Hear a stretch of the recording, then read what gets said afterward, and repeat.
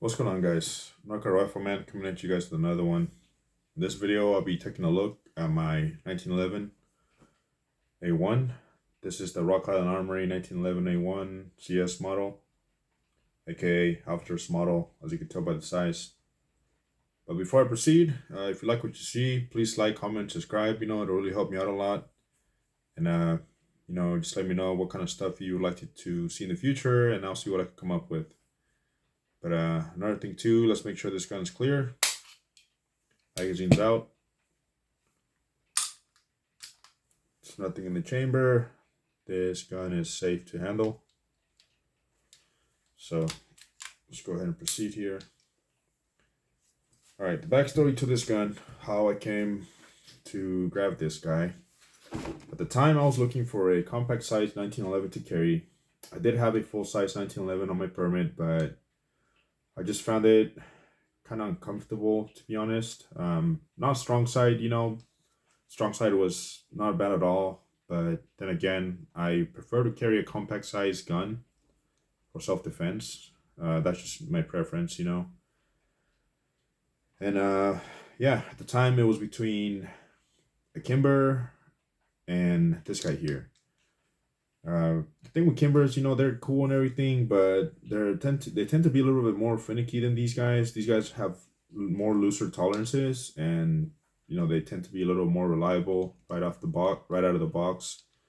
So yeah, the Kimbers, I saw a lot of this. I did my research. I saw a lot of videos where they had problems, and they're just really picky. And again, tighter tolerances on those guns, and you really got to run a lot of ammo through them for you to get them to that sweet spot where you can trust your life to them. But I came across the Rock Island Armory 1911 CS model, and I saw nothing but good things about it. So, I decided to give it a shot. And I figured if it doesn't work out, I'll just sell it and just save a little more money, get another one. But it has not let me down. Originally when I first got this gun, it came with one mag, and it came with this guy right here, which I'm not sure. Well, it's one of those ACT mags made in Italy, but I did have one malfunction with this. It caused the gun to jam. Again, to be fair, it was the first few hundred rounds. It was about within 200 rounds, I believe. And yeah, but other than that, I don't carry this mag for self-defense. It's just my range mag. So yeah, to be real with you guys, I've had a total of 3 malfunctions in this gun since I had it. One of those was due to this mag here, and the other 2 were due to this little nub here inside the gun, which is that little guy right there, which is where the follower pushes up on it when you're empty to lock the slide to the back.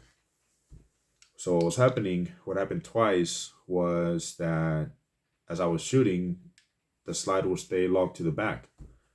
So I figured either I'm running because it's a smaller size gun, either I'm running my finger on, too close to the slide stop and I'm pushing it up as I'm shooting, or what's going on, because I know I'm not limp wristing it or whatever. So I did some research and I came to find that what was happening, this little nub right there was oversized, and what was happening was that as the bullet was coming up in the mag, because it was oversized, the bullet would push up on this nub, which would then cause the slide to stay locked to the back while still having ammo in the mag. So took it home one day and I decided to take a small file and just file it carefully, just so that I would take some size off of it. And after that, 100% reliable, never had an issue ever since. And yeah, so if you're having that kind of problem, where your slide stays locked to the back and you still have some ammo in the mag, it's probably due to that guy. You probably should take a look. Again, do your research, watch videos and stuff. You don't want to take too much material off of there, because then it won't work and your slide stop lever is going to be, swinging all over the place. But yeah. So, I guess maybe I could have just ran more rounds through it, and eventually it would have probably, wore itself out a little bit to the point where that wouldn't happen no more. But I don't leave shit alone. So decided to just take a little file to it, and now it's 100% reliable now. Especially after getting Wilson Combat Mags, these here are the ones with a plastic follower, which make any 1911 that much more reliable. So definitely recommend these mags here. Yeah, so as far as reliability goes, that definitely helped a lot. The Wilson Combat Mags, filing that little nub a little bit, and I'm not sure if you guys were able to see, these guns come with a polished feeding ramp right there, as you can tell. It's it definitely makes it more slick for the round to just travel up in there and get chambered, you know. Even with hollow tips, I carry Federal HSTs for self-defense, and I fired about 30 of them through here, and this gun ate them right up, you know, after I did the filing of the little nub, and I got Wilson Combat Mags. This gun is 100% reliable. It hasn't failed me, and yeah. These also have somewhat of a lowered ejection port here, as you could tell. It does help with ejecting rounds. You know, the round won't hit the slide and jump back in here. So, and then as you could tell, that little indent right there, it's flared. So it just, you know, flares the shells out of there. So that's pretty cool.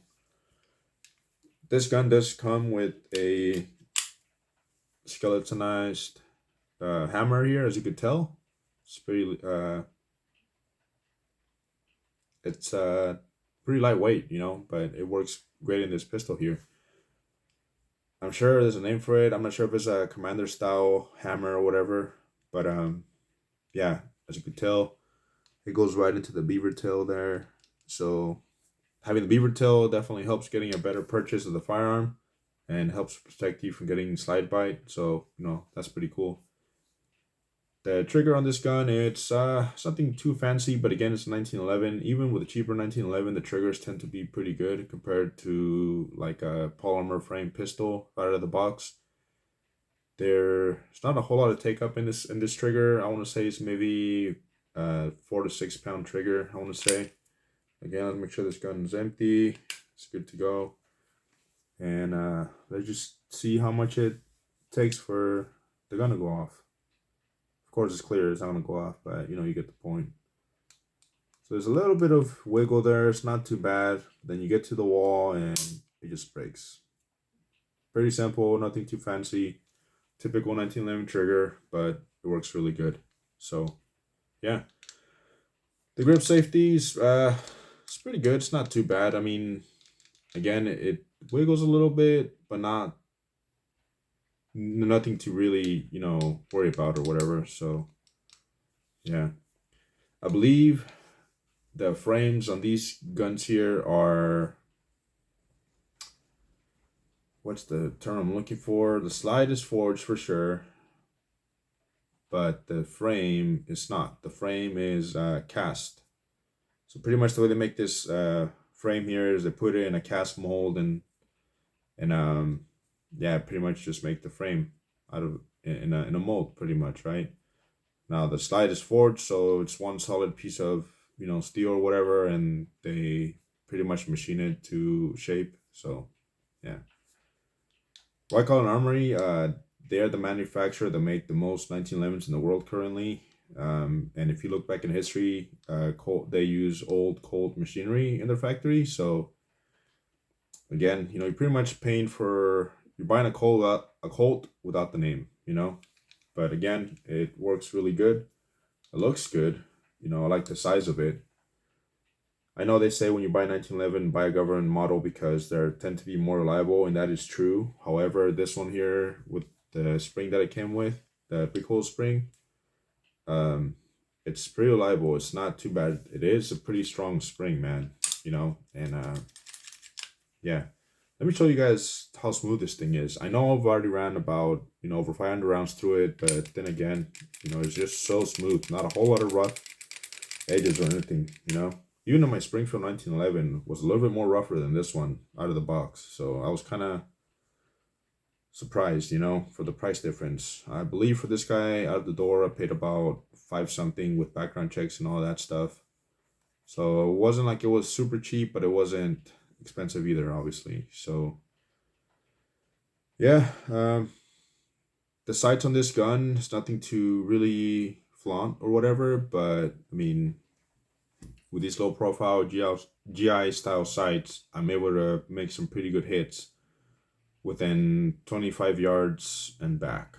You know, at about 10 or 7 yards, I was keyholing shots on paper. So yeah, pretty much keyholing is when you shoot a bullet through the same hole, you know, and it looks like a keyhole pretty much. So I was pretty surprised of how accurate this little thing is, you know, for being a compact size.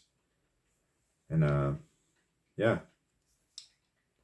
the grips here obviously didn't come with these grips. These are Wilson Combat G10 grips. Let me tell you, these grips are night and day difference. If you're looking for grips that really help you get a good purchase of your firearm, look into getting these Wilson Combat grips here.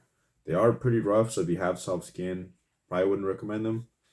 But, you know, if you don't mind, then yeah. I mean, you could take some sandpaper, maybe sand them down a little bit to make them smooth. But then again, you'd be taking away the rigid grip. So probably would just leave them alone, or just don't get them if your hands hurt, I guess, you know.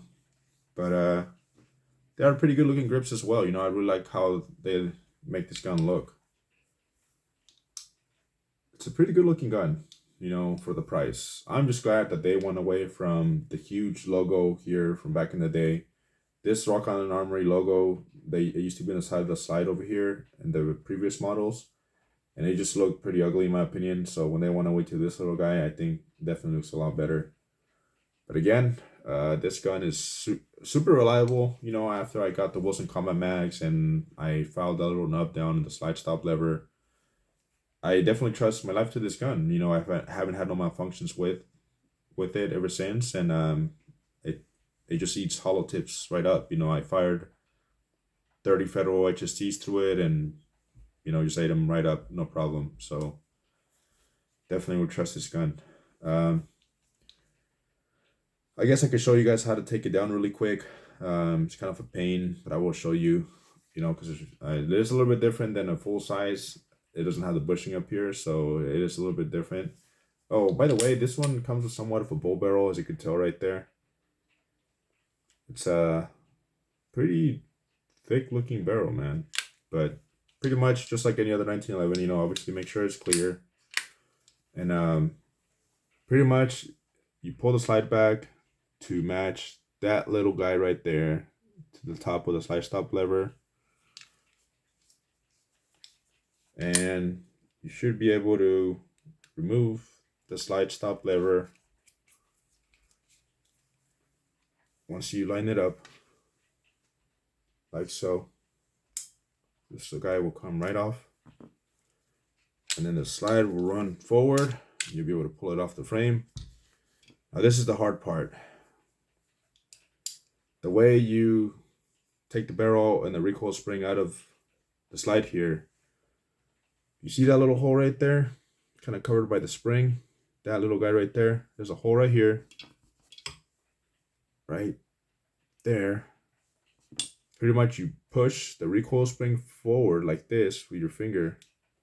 It's hella hard, but you can do it. And once it's out here, you put a paper clip through there, and at that point you'll be able to pull the recoil spring out, and then the barrel will come out through the front. So yeah, I don't want to do that because it's kind of a pain to do it, but that's how you would take it apart pretty much.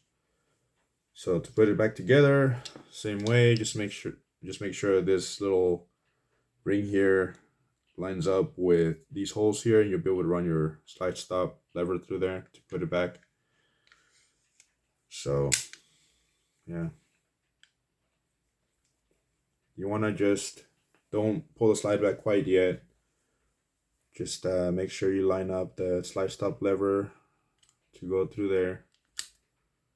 And do not idiot scratch your 1911, man. Be careful when you install the slide stop lever back in place, because a lot of times what people have done is where they put too much force, the slide stop lever travels up and it scratches their slide or their frame. So be careful. You'll learn how to do it. You know, the more you do it, it's not too bad. Just again, be careful. You don't want to idiot scratch your firearm. And there you have it. That's how you put it back together. So at that point, you know, just run the slide a few times, make sure it's good, and you're good to go. Anyways, I think that pretty much covers it. You know, if you're looking to get something like this, a compact 1911, don't look past this guy. You know, like I said, it is a good gun. If you have a few issues here and there at the beginning, it's either mag related or just check every part like I did, and I came to find that it was the little nub that was a little oversized. Maybe it would have fallen down by itself a little bit, you know, the more rounds I ran through there eventually, but I'm impatient, so I decided to just take a little bit off with the file.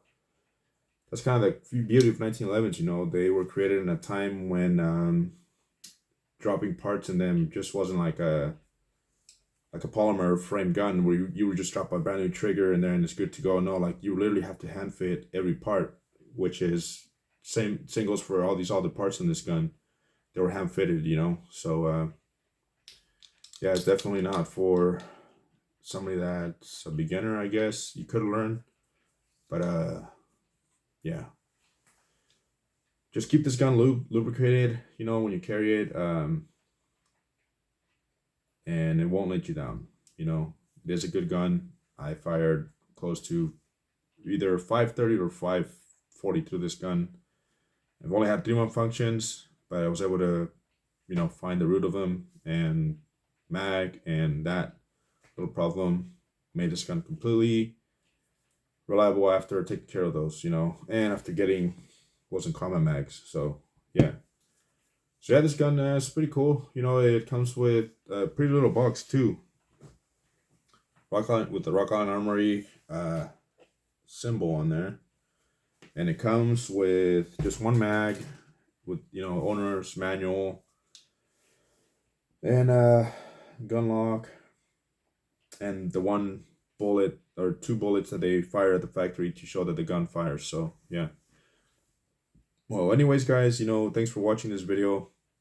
If you're looking to get this gun, you know, just give it a shot. You know, if you think this is something that you want, even if you don't want to carry it for self-defense, if you just want it as a toy, it is a pretty nice little gun. You know, it's definitely somewhat of an entry-level 1911, but it's well made, so, you know, it won't let you down, you know. As long as you take care of it, you maintain it well, shouldn't be an issue. So, yeah. One quick thing before I go. I ended up getting a, you know, because I like to carry a spare mag when I carry a semi-auto. So I got this mag pouch, well, holster here. It's a Black Hawk mag universal single stack mag pouch. As you can tell, it's like the little spring right here that works really good with these 1911 mags. Just goes right in there and it secures it pretty well, you know. And it has this little plastic clip for you to throw on your belt. You could either throw it inside the waistband or outside the waistband, so, you know, it's up to you. And the holster that I got for this gun was this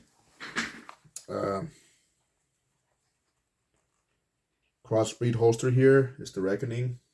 This is for 4-inch 1911 models. Works really good with this gun. You carry it appendix or strong side, whatever you desire, and it stays on there pretty good. It has a lot of adjustability too, so, you know, works pretty good. I prefer to carry this appendix because it's so much more comfortable for me and a lot more quicker access, you know, or whatever. So yeah, if you're looking to get a holster with this gun, look into crossbreed for the 1911 4-inch models. This holster the crossbreed Reckoning works really good with this gun here. Secures it pretty well in place. So yeah. But again, thanks for watching. Hopefully you liked this video. Please comment, like, and subscribe. It really helped me out a lot. So On to the next one.